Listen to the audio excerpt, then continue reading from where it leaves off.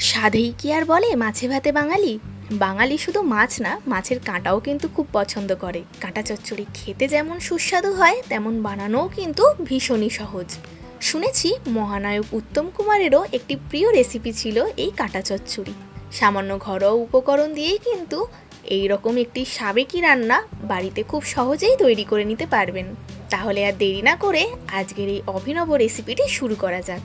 নমস্কার, আমি মিলি, আর আপনারা দেখছেন মিলিস লিটল কিচেন। আমাদের আজকের রেসিপি ভেটকি মাছের কাঁটা চচ্চড়ি।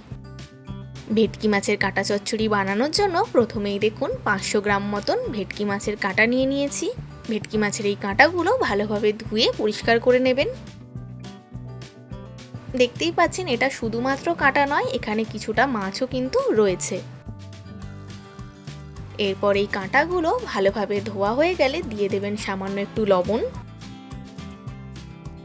আর দিয়ে দেবেন সামান্য একটু হলুদ গুঁড়ো, আর সঙ্গে দেবেন সামান্য একটু শুকনো লঙ্কা গুঁড়ো। এরপর ভালোভাবে মাছের কাঁটাগুলো ম্যারিনেট করে নেবেন।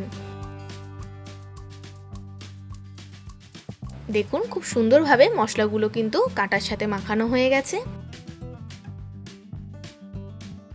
এরপর কড়াইতে দিয়ে দেবেন সর্ষের তেল।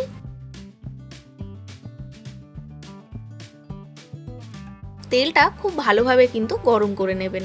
এরপর ম্যারিনেট করা কাঁটাগুলো অল্প অল্প করে ভেজে নিতে হবে। কাঁটাগুলো কিন্তু সবটাই একসাথে দিয়ে দেবেন না, তাহলে ভেঙে যেতে পারে। অল্প অল্প করে এইভাবে দিয়ে ভেজে নিতে হবে। এই ভেটকি মাছের কাঁটা ভাজার সময় কিন্তু আপনারা চাইলে একটা ঢাকা দিয়ে দিতে পারেন, কারণ এই মাছগুলো কিন্তু ভাজার সময় একটু ছিটকোয়, তাই সাবধানে ভেটকি মাছের কাঁটাগুলো ভেজে নেবেন। দেখুন খুব সুন্দর করে কিন্তু ভাজা হয়ে গেছে। ঠিক এরকম অবস্থায় কিন্তু কাঁটাগুলো তুলে নেবেন। এরপর বাকি থাকা কাঁটাগুলো কিন্তু একইভাবে ভেজে নেবেন। দেখুন সমস্ত কাঁটাগুলো কিন্তু খুব সুন্দর করে ভাজা হয়ে গেছে। এরপর ওই কড়াইতেই দিয়ে দেবেন একদম পাতলা পাতলা করে কেটে রাখা আলু। কাঁটা চচ্চড়িতে আলু দিলে কিন্তু স্বাদটা ভালোই হয়। আপনারা যদি কখনো আলু দিয়ে না খেয়ে থাকেন তাহলে একবার এইভাবে তৈরি করে দেখতে পারেন। মিলিস লিটল কিচেনে যদি আপনারা নতুন হয়ে থাকেন তবে অবশ্যই চ্যানেলটিকে সাবস্ক্রাইব করে বেল আইকনটি ক্লিক করে দেবেন, যাতে এই চ্যানেলে হওয়া সমস্ত রান্নার আপডেট সবার আগে আপনাদের কাছে পৌঁছে যায়। এবং আমার ফেসবুক পেজটিকেও ফলো করার অনুরোধ রইল। এখানে আলুগুলো ভাজা প্রায় কমপ্লিট হয়ে গেছে। এরপর ওই কড়াইতেই দিয়ে দেবেন আরও সামান্য একটু সর্ষের তেল, সামান্য একটু চিনি দিয়ে দেবেন। এরপর এখানে দিয়ে দেবেন দারচিনি, একটা এলাচ, একটা লবঙ্গ আর দুটো শাই গোলমরিচ। এবার এই গোটা গরম মশলাগুলো দিয়েই কিন্তু দিয়ে দেবেন পেঁয়াজ কুচি। এখানে মোটামুটি মিডিয়াম সাইজে দুটো পেঁয়াজ ব্যবহার করেছি। 500 গ্রাম কাটার জন্য মোটামুটি দুটো মিডিয়াম সাইজের পেঁয়াজ কিন্তু যথেষ্ট।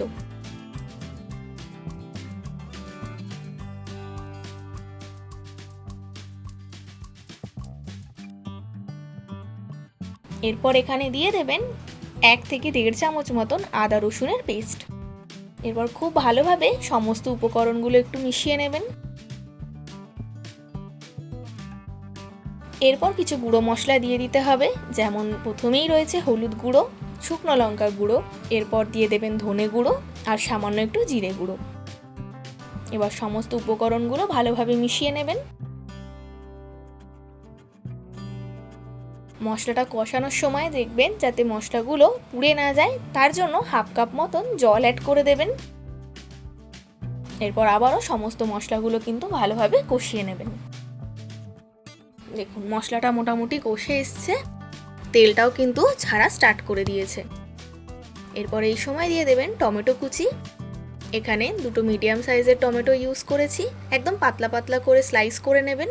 এরপর দিয়ে দেবেন স্বাদ অনুযায়ী লবণ। টমেটোর পরে লবণ দিলে খুব তাড়াতাড়ি কিন্তু টমেটোগুলো গলে যাবে। এবার সমস্ত উপকরণগুলো ভালোভাবে মিশিয়ে নিয়ে কিছুক্ষণের জন্য ঢাকা দিয়ে একটু কুক করে নেবেন। মোটামুটি 2 থেকে 3 মিনিট পর দেখুন টমেটোগুলো প্রায় গলেই গেছে। মশলাটাও কিন্তু খুব ভালোভাবে কষানো হয়ে গেছে। এরপর ভেজে রাখা আলুগুলো দিয়ে দেবেন, আর ভেজে রাখা কাঁটাগুলোও কিন্তু একে একে দিয়ে দেবেন। এরপর সমস্ত মশলার সাথে কাঁটা এবং আলু ভালোভাবে মিশিয়ে নিতে হবে। এখানে কিন্তু ভেটকি মাছের কাঁটাগুলো একেবারেই আমি গুঁড়ো গুঁড়ো করে দিচ্ছি না, একটু আস্তই রাখছি, তাহলে ভাতের সাথে খেতে কিন্তু ভালো লাগবে। এবার সামান্য পরিমাণে একটু জল দিয়ে দেবেন, মোটামুটি 1 কাপ মতন জল এখানে আমি দিয়ে দিয়েছি। এবার আবারও সমস্ত উপকরণগুলো খুব ভালোভাবে মিশিয়ে কিছুক্ষণের জন্য কিন্তু ফুটিয়ে নিতে হবে।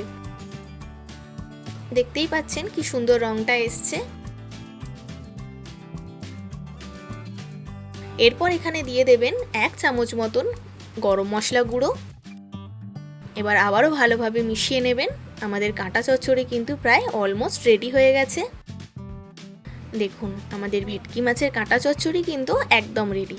গরম গরম ভাতের সাথে কিন্তু এই রেসিপিটি জাস্ট অসাধারণ লাগে। তাই খুব সহজে কিন্তু ঘরোয়া উপকরণ দিয়ে আমার মতন করে একবার রেসিপিটি ট্রাই করে দেখুন। আশা করছি এই রেসিপিটি আপনাদের ভালো লাগবে। আবার আপনাদের সাথে আমার দেখা হবে নেক্সট ভিডিওতে নতুন একটি রান্নার সঙ্গে। আপনারা ভালো থাকবেন, সুস্থ থাকবেন এবং এইভাবেই আমাকে সাপোর্ট করে যাবেন। আমার আজকের এই রান্নাটি যদি আপনাদের ভালো লেগে থাকে এবং সহজ বলে মনে হয়ে থাকে, তাহলে অতি অবশ্যই একটি লাইক দিয়ে যাবেন এবং কমেন্ট করে জানাতে কিন্তু ভুলবেন না।